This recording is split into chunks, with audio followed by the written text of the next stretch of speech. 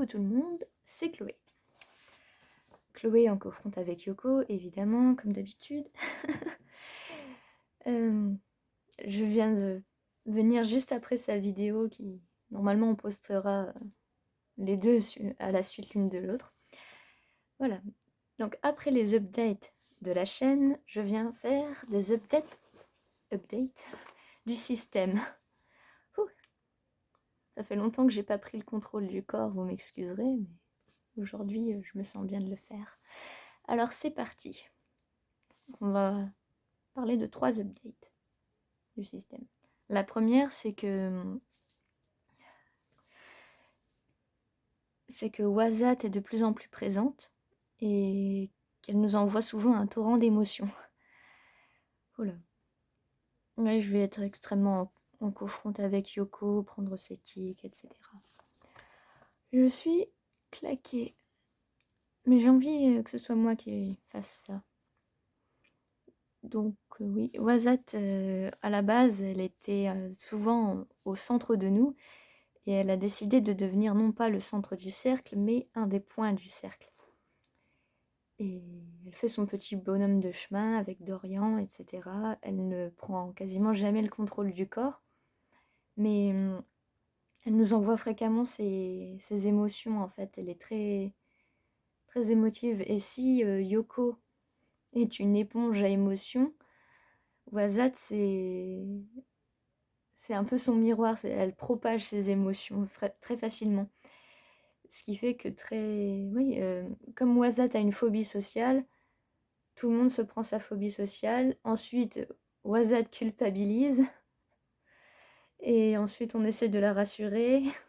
Et ça va, ça vient comme ça. Aller bien, aller mal, aller bien, aller mal avec les gens. Et ça vaut aussi pour les vidéos YouTube. On ressent son stress. Moi, actuellement, je ressens le stress de Yoko plus le stress de Wazat.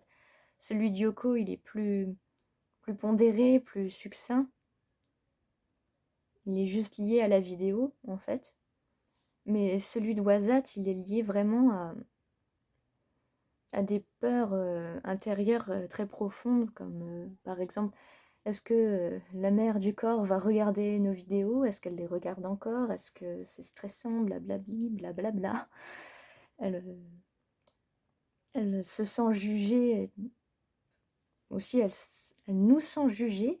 C'est-à-dire que si des gens nous jugeaient en commentaire, elle, ça la ferait souffrir, etc. Du coup, elle stresse sur ça, même quand nous ne voulons pas stresser sur ça et qu'on est complètement serein. Wazat stresse et il faut qu'on travaille vraiment sur son stress à elle. Il faut l'aider à se détendre, en fait, tout simplement. Et ça prendra beaucoup de temps. Et ça va avec l'avenir de la chaîne aussi. Et voilà, donc notre coming out de multiples qui fait de temps en temps des petites avancées. Et le stress de Wazat qui vient de plus en plus au front. Enfin, au front, c'est son stress qui vient au front, voilà. Et ça fait qu'on a un caractère qui est très très bizarre. Très... Oui, c'est comme si on était tout le temps sans cesse parasité par du stress et en même temps dans une dynamique de conforter notre, entre guillemets, notre enfant intérieur. Voilà. Ça, d'une part, ça complique un peu les choses de notre système. Mais ça va aller, en fait, parce qu'en même temps, il y a une passion pour la magie qui arrive dans cette troupe. Enfin, je ne fais pas partie de ceux qui la pratiquent, quoique par moments je tire les cartes. C'est surtout Ben, Yoko, Soneko et puis d'autres. Pion aussi, qui récemment s'y est mise, qui font de la magie. Et tout ça, ça aide énormément à notre synergie. C'est-à-dire que Wazat, elle est contente, si vous voulez, de vivre au sein d'un petit monde magique, de cartomancien, etc. Elle se sent beaucoup plus à l'aise là-dedans que dans notre enfance avec des gens un petit peu trop cartésiens qui ne jurent que par la biologie ou autre autre valeur de ce genre. Voilà, voilà. Donc, par ailleurs, par rapport à ça, tout ce qui est lié au TDI, à la psychiatrie, etc., que ce soit Wazat ou Yoko, les deux ne supportent pas les hôpitaux ni les médicaments. Donc, avoir un suivi psychiatrique, avoir l'AH qui se ramène, etc., c'est pas quelque chose qui nous fait tant que ça de bien, en fait, par rapport à la magie. Voilà, ça aussi, il faut le dire. Mais du coup, puisqu'on commence à s'assumer en tant qu'apprenti magicien, quand je dis apprenti magicien, évidemment, c'est pas, on n'est pas dans Harry Potter, hein, mais, mais voilà, voilà, ça créait en fait une sorte de confiance en soi qui monte elle aussi, c'est-à-dire que le stress monte en flèche, parce que Wazat gagne du terrain, en fait, elle commence à être de plus en plus présente, mais en même temps, la confiance en soi arrive, ce qui veut dire qu'on a un moral qui est très en dents de scie et qui dépend beaucoup de phases, en fait, de phases de confiance en soi où on s'assume comme des youtubeurs magiciens créatifs et des phases de phobie sociale où on se sent jugé par le monde, où on se dit mais puisqu'on n'a pas d'amnésie dissociative, on ne fait pas partie du TDI, alors du coup on ment aux gens, on vit dans... D'ailleurs oui, on vit dans un climat où sur Instagram on ne parle quasiment qu'à des systèmes TDI, donc on entend parler de traumatisme tous les jours, donc ça fait baisser le moral qui remonte dès qu'on regarde des vidéos de sorcellerie, qui redescend dès qu'on regarde des vidéos de psychiatrie. Parfois, avec des vidéos de psychiatrie, ça marche quand même, parce que Jeans et moi, on est très attirés par ce milieu-là. On aime bien comprendre ce qui se passe dans le cerveau pour aider les autres, donc c'est un cocktail d'émotions et un cocktail de réflexion qui nous assaillit au quotidien. Mais dans l'ensemble, on remarque qu'il y a des progrès qui se font, que ce soit Wazat qui développe un petit peu plus confiance en elle, nous tous, on développe un peu plus confiance en nous. Donc même s'il y a cette montée de stress, même s'il y a... En fait, c'est comme si tout ce qui avait été enfoui est en train de ressortir. Toutes les peurs intérieures remontent, et quand elles auraient fini de remonter, bah, peut-être qu'on ira mieux par rapport aux choses profondes qui remontent. Je passe à ma deuxième update sur 3. Le 22 février, on a accueilli Nebula. Qui est Nebula? Alors, dans la vidéo précédente, Yoko avait montré un dessin de Jeans. Je vais vous le chercher. Comme ça vous donne un aperçu visuel d'à quoi peut ressembler Nebula. Voilà. Nebula. Voilà, c'est une jeune fille qui n'a pas d'âge, qui oscille entre l'âge mental de tout le monde, c'est-à-dire qu'elle peut avoir d'un coup 9 ans d'âge mental comme Brianna, tout comme elle peut se sentir ancestrale comme Soneko. Elle peut aussi se sentir proche de l'âge du corps, c'est-à-dire 25 ans. Elle est complètement... comment dire ça? Elle est très souvent proche du front, ce qui veut dire que elle aussi nous envoie en fait ses émotions. Je ne sais pas si ça se voit dans la vidéo précédente de Yoko et la mienne, mais il y a une... Comment dire? On se sent plus à l'aise dans le corps depuis qu'elle est là. C'est très étrange. Et oui, plus à l'aise avec nos émotions, nos sensations, etc. Ah, j'ai oublié de dire qui est Nebula et pourquoi elle est là. Je fais tout dans le mauvais sens, ça ne me va pas. Nebula, c'est la petite sœur de Lacuna. Petite sœur qui n'est pas forcément plus jeune. Et Nebula était censée être l'allégorie du subconscient. Là où Lacuna est l'allégorie a été longtemps l'allégorie de la mémoire avant de devenir la gardienne de la mémoire. On voulait que, enfin Boris et moi, on voulait que Nebula soit pareil avec le subconscient. Ça nous permettrait d'avoir un meilleur accès à nos rêves, mais aussi à nos cauchemars, à pouvoir traiter des problèmes en dedans, en fait, très profonds, de comprendre des réactions, etc. Et aussi, il y avait l'idée de la même façon qu'on allait nourrir notre mémoire de meilleurs souvenirs, on avait cette ambition de nourrir notre subconscient de bonté, d'amour, tout ce qu'on peut donner à un être humain, de pouvoir le donner à notre subconscient, histoire d'aller mieux en fait. C'est une façon étrange de faire une thérapie, mais pour Lacuna, ça a marché. Ça continue de fonctionner. Et Lacuna a réussi à se détacher de ça et elle est libre de devenir ce qu'elle veut. Nebula, c'est pareil. Et au final, Nebula n'est pas tant que ça l'allégorie du subconscient. Donc là, on est 5 jours après son arrivée et au bout de 5 jours, on remarque que comme un subconscient, elle est très proche des sensations physiques, des automatismes aussi. On a beaucoup plus d'automatismes qu'avant. Et en même temps, on est plus ancré dans notre corps, tous. Et oui, on a une forme de sérénité qui est venue aussi, d'ailleurs. Et Nebula est très intéressée par tout ce qui est lié à l'onirisme, et depuis qu'elle est là, on souffre moins de nos cauchemars, et on s'est remis à faire des rêves un peu merveilleux, etc., parce qu'elle avait très envie de pouvoir contrôler nos rêves. Ça, c'est quelque chose qu'elle veut quand même faire, qui est lié au subconscient, c'est-à-dire tout ce qui est lié à l'onirisme. Qu'elle se plonge là-dedans. On verra si ça dure dans le temps, puisque Nebula n'a que 5 jours. Mais voilà, ça nous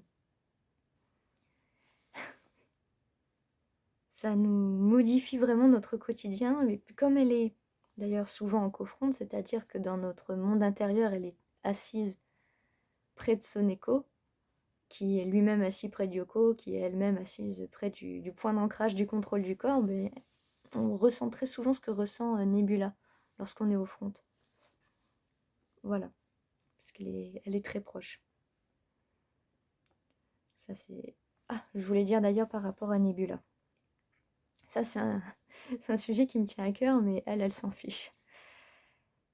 Nebula, ça va faire 2 ans qu'on y pense avec Boris. Non, 1 an et demi. 1 an et demi, puisque Lacuna est arrivée quasiment juste après sa naissance. On a pensé à faire de Nebula un projet. Donc avant même l'arrivée de Luciane et même l'arrivée des filles de Roberto, Nebula était déjà un projet. Et qu'est-ce qui est arrivé ensuite? On a découvert la chaîne de The Peculiar Club et on a découvert qu'il y avait une Nebula dans leur système. Et à ce moment-là, Yoko a eu un pet au casque, elle s'est dit « Mais on va pas appeler Nebula Nebula, puisqu'ils ont déjà une Nebula, ça ferait 2 Nebula. » Et moi, j'étais pas d'accord du tout avec ça, je me suis dit « Nebula, on veut l'appeler Nebula parce que ça fait penser à une nébuleuse, parce que ça rime avec Lacuna, parce que c'est un mot qu'on aime bien, parce que c'est un prénom qui lui va comme un gant. Et on s'en fiche qu'il y ait d'autres alters qui portent ce prénom. Moi, je suis une Chloé, j'en ai déjà croisé 3-4 des Chloé dans d'autres systèmes. On a même croisé un Roberto intelligent, c'est dire. Enfin, un intello à lunettes de mon type qui s'appelait Roberto dans un autre système. C'était drôle. Du coup, avoir une Nebula dans notre système, ça ne fait pas de nous des copies de The Peculiar Club. Sinon, on aurait aussi une Christina, une Misty et tous les autres. Non, on a juste une Nebula. Et Yoko a un stress énorme de parler de Nebula sur la chaîne depuis qu'elle sait qu'il y a une Nebula chez The Peculiar Club. Voilà. J'ai parlé de Nebula. Maintenant, je vais parler de moi. Non, d'ailleurs, je vais parler de Roberto, puisque j'en ai parlé il n'y a pas longtemps. Roberto, il fera son retour, on va dire début avril, potentiellement fin mars. On va rechecker les dates qu'on avait prévues. Il est possible qu'il sorte un peu plus tôt, mais on va vous dire début avril, comme ça. nous, on aura le temps de vivre son grand retour. Donc, il va de mieux en mieux. Voilà.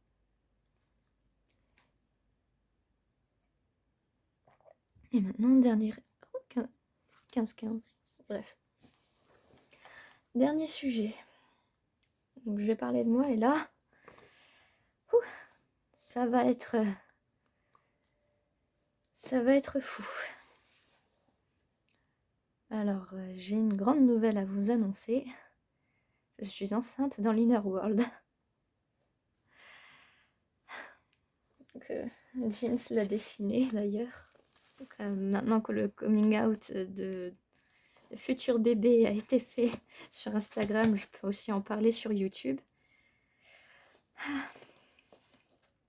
Mais où est-ce que je suis? Voilà, ce petit dessin qu'il a fait, et il l'a appelé Rising Sun, parce que le bébé est prévu pour fin juillet, le 27 juillet. Ça fera de lui, ce bébé-là, un lion. Alors, j'avais fait un commentaire sous une vidéo de Zeliana qui a eu des dizaines et des dizaines de likes et qui a d'ailleurs fait un grand boom d'arrivée d'abonnés sur la chaîne. C'est fou, dans nos statistiques, on a eu plus de nouveaux abonnés et de vues après ce commentaire qu'après nos sorties de vidéos. Donc je pense que un petit nombre d'entre vous sont déjà au courant de ce qui m'arrive. Parce que Zeliana avait fait une vidéo sur les haltères enceintes, et voilà, moi qui pensais que ça ne m'arriverait jamais, ça m'arrive. Pourquoi est-ce que ça m'arrive? Je vais à peu près répéter ce que j'ai mis dans ce commentaire, mais premièrement, Yoko a envie d'avoir un enfant depuis toujours, et enfin, Wazat avait déjà envie d'avoir des enfants depuis le jour où on a vu notre mère enceinte de notre petite sœur lorsqu'on avait 3 ans. Dès lors, elle s'était dit, plus tard, ce que je veux être, c'est maman. Donc, Wazat a ce rêve depuis longtemps en tête, et en 2009, les choses n'ont pas changé. Yoko a eu le même rêve d'être mère un jour, et depuis qu'on est avec le copain de Yoko, ça va faire 6 ans et demi déjà, mais le corps, il est prêt à avoir un enfant. On le ressent en fait, que le corps, il a bientôt 26 ans et il peut en avoir un. On a un partenaire avec qui ce serait possible biologiquement de l'avoir. On s'entend super bien avec lui, tout va bien. Tout ce qui manque, c'est la situation financière. Donc dès lors qu'on peut changer de situation sociale et financière, techniquement, Yoko et son copain vont passer à l'action, parce que c'est un désir qu'ils ont depuis longtemps. Je resserre un petit verre d'eau. Hop, hop.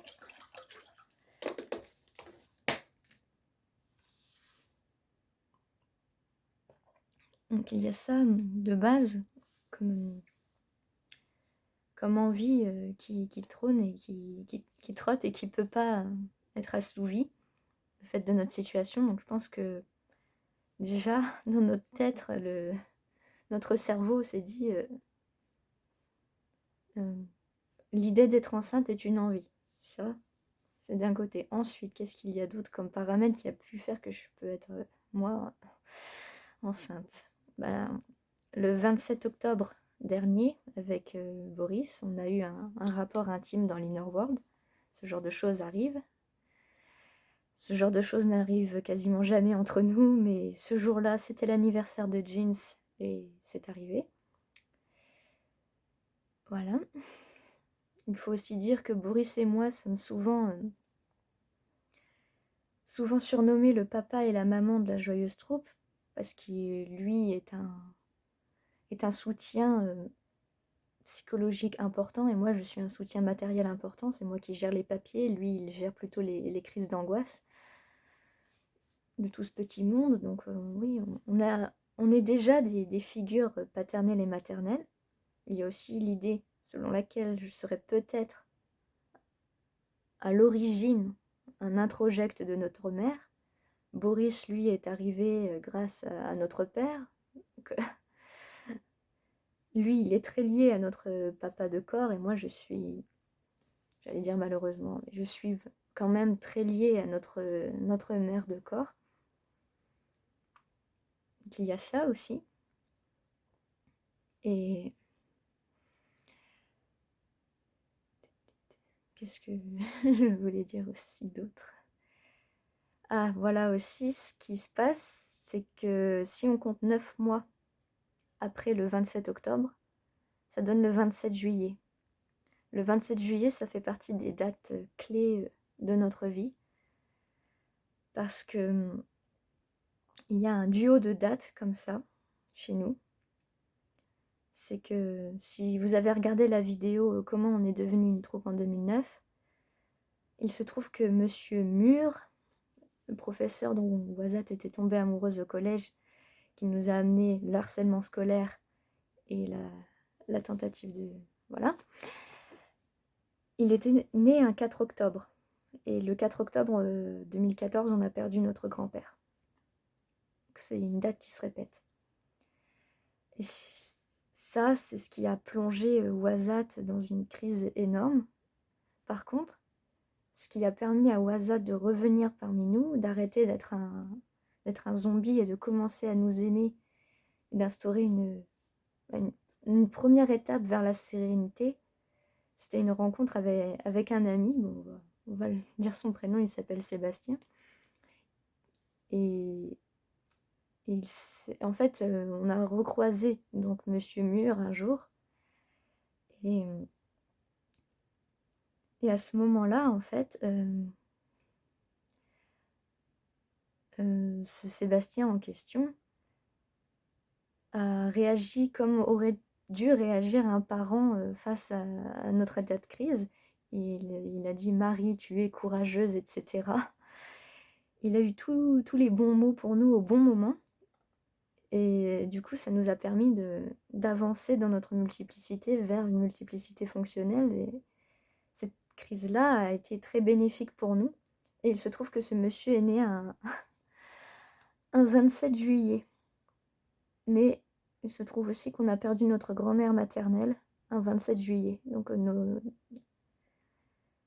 on n'a quasiment pas trop connu Papy Roger. Et mamie Jacqueline est décédée avant notre naissance. Donc on a surtout entendu parler de mamie Paulette du côté de maman. Et de Papy Louis, on a vécu avec. Donc on a surtout connu ces deux grands-parents-là. Et ils sont tous les deux décédés le jour d'anniversaire des personnes qui ont créé, enfin qui ont été à l'origine de notre multiplicité et à l'origine de notre multiplicité fonctionnelle. Donc ces dates-là sont très importantes pour nous. Tous les 4 octobre, on se sent pas bien et tous les 27 juillet, on se sent bizarre. Du coup, savoir que 9 mois plus tard, après notre rapport avec Boris, ça tombait le 27 juillet, c'est assez étrange de se dire qu'on va avoir un enfant qui naîtrait le jour de naissance de ce que Wazat considère comme étant notre héros. Et le jour de décès de notre grand-mère maternelle. D'ailleurs, chose importante, notre mère, du coup, oui, notre maman, quoi, elle s'entendait bien avec sa propre mère, elle l'aimait beaucoup et ça a été une vraie claque quand elle l'a perdue. Et je pense que cette perte, c'est ce qui a fait qu'elle s'est vraiment raccrochée à nous et qu'elle a voulu bâtir un lien de confiance qui soit similaire à celui qu'elle a vécu, qu'elle avait entretenu. Et du coup, c'est ce qui a mené à sa déception à chaque fois qu'on n'avait pas cette intimité avec elle qu'elle avait avec sa propre mère. Et sa déception, nous, quand on était au lycée, on ne la comprenait pas aussi bien que maintenant. On n'en avait même pas vraiment idée, en fait. On s'interrogeait pas là-dessus. Tout ce qu'on voyait, c'était maman est déçue de nous et alors qu'on essaye de faire des efforts. Du coup, ça a creusé un fossé. Donc il y a un fossé par rapport à notre propre mère, lié à sa propre mère. Tout ça en rapport avec le 27 juillet. Donc ce bébé du 27 juillet, il est lié à la fois à des traumatismes familiaux maternels et l'idée, entre guillemets, d'être sauvé. Autre détail qui se rajoute au précédent. Dans la Joyeuse Troupe, on est fan d'astrologie. Et on a des gens de tous les signes sauf le lion. Pourquoi sauf le lion? Parce qu'on est mal à l'aise avec le lion. Pourquoi mal à l'aise avec le lion? Parce que notre mère est née sous le signe du lion et qu'elle a du mal à gérer ses colères, etc. Donc, enfin, elle s'améliore avec le temps, mais on a du mal à bien le vivre, surtout Wazat. Il y a des petits bruits qui sont passés, enfin, peu importe. Et du coup, bien, l'idée pour nous d'avoir un enfant, enfin un alter qui soit un lion, on en a toujours eu peur parce qu'on s'est toujours dit, est-ce que ce sera un introject de notre mère ou est-ce que ce sera un Sébastien bis dans sa façon d'agir. Et c'est quelque chose qui nous a toujours fait peur. Mais là, on est en pleine reconstruction, en fait, thérapie, etc., avec la psychiatre. Ça, plus le besoin d'avoir un enfant de Yoko, de Wazat, le corps qui se sent prêt, la situation qui avance. Le fait que je sois toujours appelée la maman de la Joyeuse Troupe, que je sois liée à notre mère, etc. En fait, tout concordait pour que je tombe enceinte dans l'Inner World. Il y a aussi, toute dernière chose que je voudrais ajouter, c'est que on ne sait pas comment s'est passée notre petite enfance et il y a une peur qui est logique lorsqu'on a été un enfant qui s'est pris des claques. C'est la peur d'en donner, la peur de devenir le monstre dont on a eu peur toute notre vie. Et ça, je pense que notre cerveau a besoin d'avoir un enfant dans le monde intérieur, comme une sorte de démo en fait, pour voir si on est capable de s'occuper d'une naissance. Et si oui, si on arrive à bien le vivre, peut-être qu'on sera plus serein pour passer à l'étape du monde physique et la transformation de notre corps et tout ce qui s'ensuit.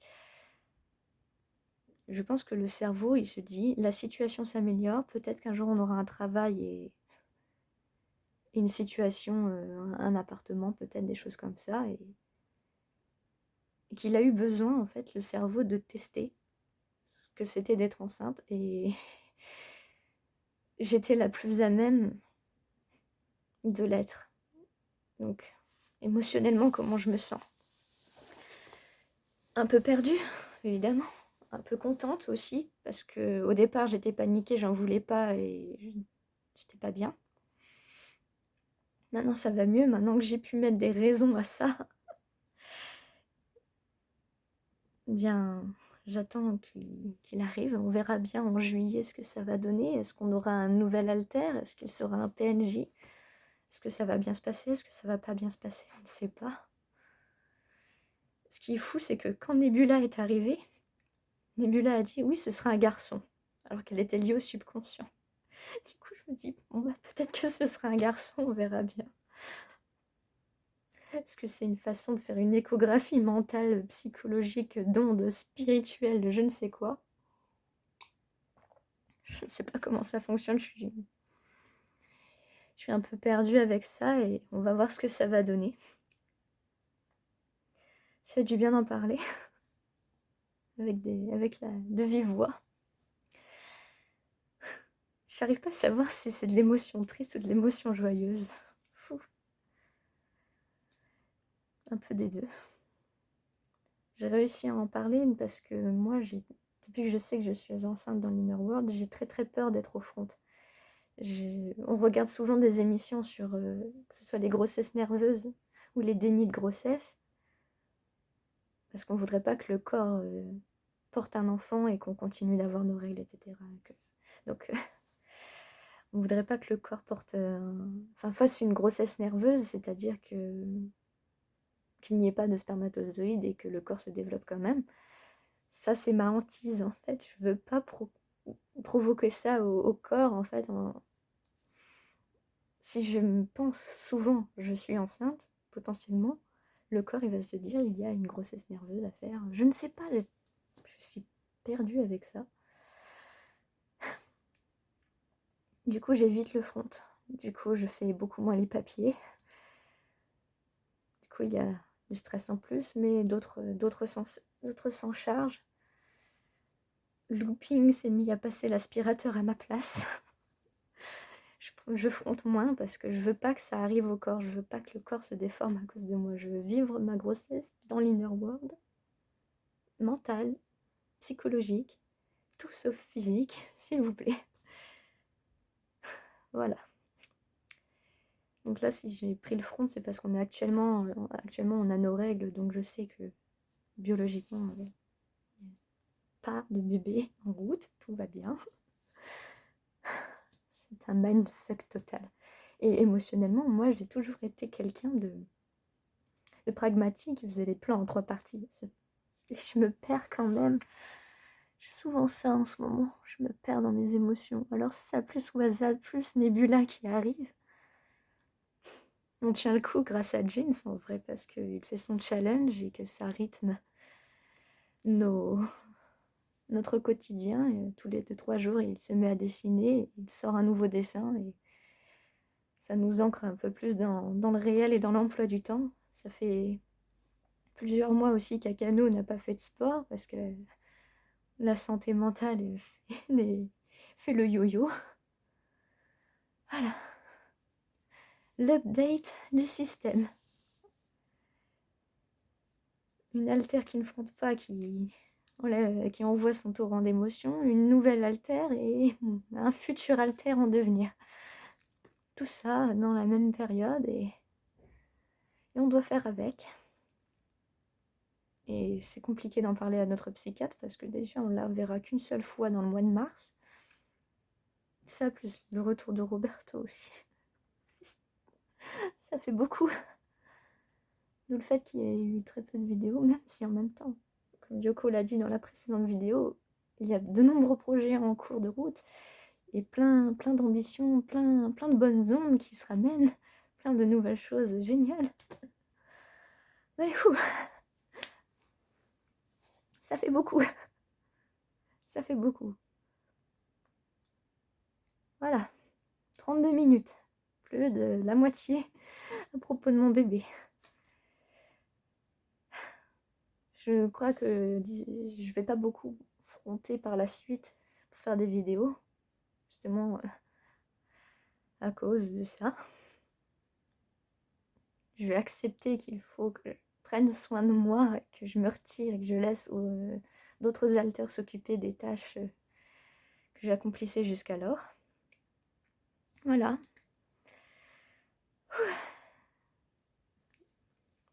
Bye bye. Ça fait beaucoup, mais bye bye. N'hésitez pas à lâcher des commentaires, mais s'il vous plaît, soyez gentils. Et salut.